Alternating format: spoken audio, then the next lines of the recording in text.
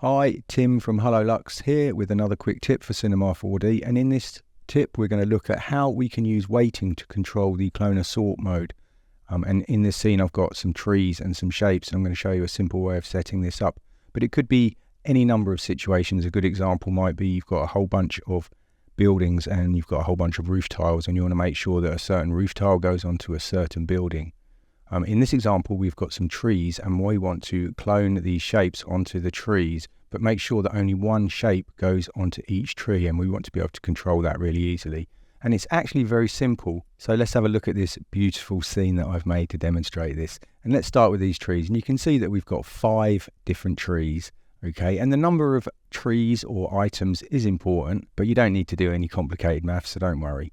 Now, each one of these trees, if I select it, it's got a point selection, and that point selection is called fruit. So from here on we're going to call these fruit. So if we double click that point selection on each one, you can see that we've got a set of points on the tips of each tree, and that's where we want to clone our fruit. So I've got all of these trees in a cloner, and I'm only going to clone 5 for now, so it's not actually going to look any different, but this will be scalable, so don't worry. Next thing we want to do is obviously take these shapes and clone those onto these trees. So let's just select all of these first of all and bring up our coordinates and reset transform so they're back down here at world 0. I'm going to come up and add in a cloner, and let's call this one cloner fruit. And if we take these and drop them in, and then what we want to do is we want to clone onto this cloner here. So to do that, we should really put that afterwards in the object manager so that it's executed afterwards. And then we can come down to the object tab. Instead of mode grid, we're going to choose object. The object we want to clone on is the cloner trees, so we can drag and drop that in. You can see now it's cloning everywhere on the surface, and I want to choose vertex.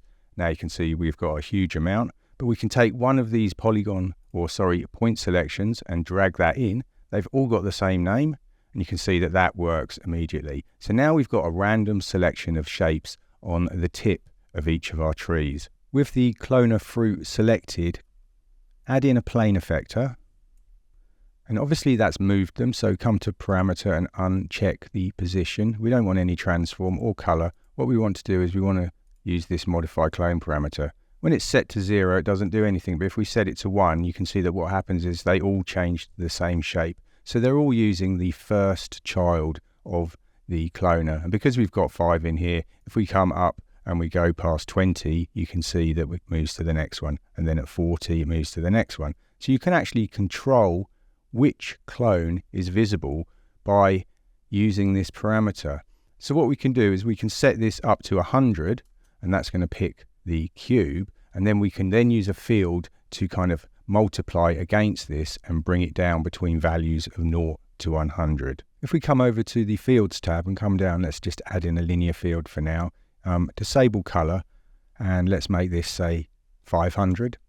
And as we pull this across, you can see because we've got a line of trees, we can almost make it work. Maybe 500 is too much. Let's pull it back. You can see it's a little bit tricky, but there you go. I've more or less done that. So we've got one shape on each tree. They're all bearing the correct fruit. That's all well and good, but it's not very scalable. And really, trees don't very often grow in a straight line. So we need to pick a better approach, really. And what you can actually do is you can use weighting to do this. So if we just delete this, and we don't need that field anymore, so we can get rid of it. I'm just going to change this to be called sort, so we know what it does. And then let's select the cloner trees. And if we come up to the Mograph menu, we can come down and we can add, or we can use, the Mograph Weight paintbrush. Okay, so that gives us a brush, and we can come over, and if we want, we can actually paint on our clones. So we're not painting the fruit itself. We're actually painting here down the bottom where the trees are. I'm just going to hide the scene so we can see it more clearly. And you can see that if I come across, I can paint here, and it's created a tag for us. So we've now got a weight tag. Okay, I'm just going to click clear to clear those values. We can also use fields. So let's check here to use fields, and I'm going to delete that freeze because that just frees the current data. And they are all red. If we just deselect so the cloner isn't selected and then just select the tag itself, then you can see them a bit more clearly, and hopefully you can see that they're all red. And what we want to do is we want to change the value of each one based on the number. And the easiest way to do that is to simply use a step field. So if we come here and we come down, we can add in a step field. Okay, and you can now see that they've changed. Well, hopefully you can. If I just select those trees and under basic switch them to off so you can't see them, you can now see the weight for each clone, and you can see it starts red and ends yellow. So because it's a step effector, it's stepping through the values based on the index of each clone. So that's really handy. Okay, so now we've done that, what do we do next? What we can do is we can take this weight tag, we can come to our effector, and we can just drag this into the fields, and it becomes a field. And you can see as soon as I've done that, boom, it's worked. Now the cool thing about using the step effector and the weight is that you can increase the number of trees however much you like, and it will always calculate the correct distribution, because it will calculate a value between 0 and 100 or 0 and 1 between the number of trees that you have. The only thing that you do need to make sure you do is you need to make sure you have the same number of trees, not the number that you're cloning, but the different types and the corresponding number of fruit. So in this example, obviously we have 5 trees and 5 fruits. So you just need to make sure that those match. Now you might be thinking that using the step field approach does also have limitations, because in this example, obviously we've got them traveling in a linear fashion, so it will work. But if we've just got them distributed across the surface and it steps through them, then the distribution may not be exactly how we want. But we can even control that using other effectors, or other fields, should I say. So I want to show you another slightly more complicated example that builds upon this, but really it is exactly the same technique. We're just going to use a different type of approach. So here we are in an alternative scene, and I've got the same trees, but this time they're cloned across this landscape object.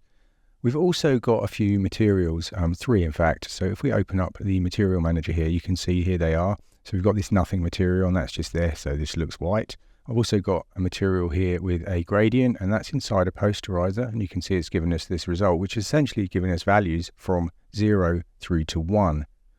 And we can use those grayscale values to control the distribution and the sort, or the modify clone parameter. I've also got another material here, which is essentially a bunch of noises which are just multiplied on top of each other, and each one of these is set to be a specific value as well. So it's fairly procedural, and you could of course paint these if you wanted even more control. So we can move these and see them, which is great. And the nice thing about doing it with the material this way is that you can control the mapping down here, and you can offset it and tile it, etc. And you can see it in the viewport, which is very helpful when you're trying to control and place things. So I kind of prefer to do it that way. But you can use shaders directly within the shader field if you want to avoid using these cinema standard materials for some reason. Anyway, let's just drag the nothing material to the front. Down the bottom of the object manager, I've just got a random effector here, and that's just set to randomize small amount of scale and the rotation, just so that we have a slight amount of variation with our trees. And once again, we have a cloner here with the fruit, and this is set to clone onto the same point selection as before. But one thing we should point out is that obviously we've got a lot more trees here, and this could be pretty vast. But one of the cool things with this trick is it does work with multi-instances. So it doesn't have a huge memory hit at all, so you could use this for things like leaves, etc. if you wanted to. Let's just enable that, and you can see we're back to the same position that we were before, with all of our shapes distributed randomly across all of our trees. So let's come up, choose Mograph effector, add in a plane effector. We're going to call this one sort, and I'm going to come down and set the modify clone to be 100. Let's set position off. Okay, so now we just have cubes, which of course is our last child. I'm going to take this and just drop this at the bottom here, so it is executed after the actual cloner itself. Now we need to have a look at our weight tag. So here it is. At the moment there are no fields in here, but what we can do is we can come here and we can choose to add in a shader field. Now the shader field has 2 options. Let me just pull this up, switch to field. Here you can see it's set to custom shader, and we can come in here and we could add all of these various things. So you could choose to add a gradient and then posterizer directly in here, as I said before. Or the other option is you can choose a material channel. So in this example, we're going to choose color. And the reason for that, of course, is because in these materials, we have added our shaders here into the color channel. So when we come to the shader field itself, we need to make sure that we specify the correct channel. And then it's saying to us, well, what's the material and where's the tag for it? Because that tells the shader field how the material is mapped. So here we need to drop the tag. So if we take the striped material first of all and drop that in, you can see that the weight has indeed been affected by that. And at this side here, we've got the 0 weight, and at this side, we've got the 100 or 1.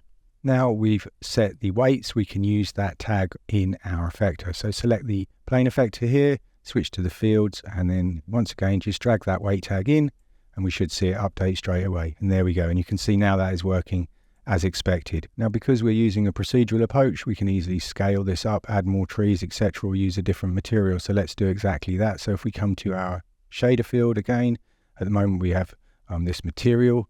I have named them badly. Both the tags are called material, but it references the tag, not by the name. So with this shader field, let's drag this other tag onto here.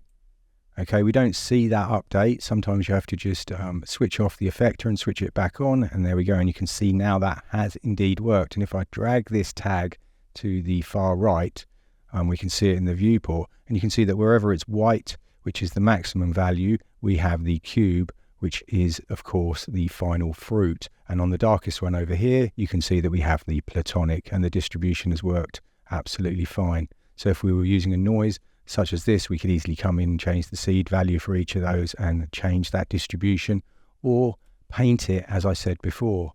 Now the other thing that we can do is we can use this same material to control the color as well as the distribution of the clones. So if we select the weight tag itself, you can see that here it doesn't have any options for color, and if we select it under remapping, there's no color. That's because it is a weight tag, but we can control the color on the effector itself. So on the plane effector, let's make sure under the parameter tab that we have fields color as the color mode, and then under fields we need to select the weight map. Okay, and then under remapping, choose enable remapping. That gives us this option color remap. If we click here, you can see it's set to no remap, and what we want to do here is you just want to set that to be gradient. Okay, and you can see that now it's taking those values and mapping them to this gradient, and that will be included as the Mograph color attribute, and you can use that within your material shader network to control your colors just by remapping those values to the color that you like. So I hope you enjoyed this tutorial. It's a pretty simple approach, but it's really, really useful. And I think the weight tag is an often overlooked feature in Mograph, and it allows you another layer of control. And this is a great example of how you can use it. So thanks very much for watching. If you want to see any more tutorials, head on over to hellolux.com.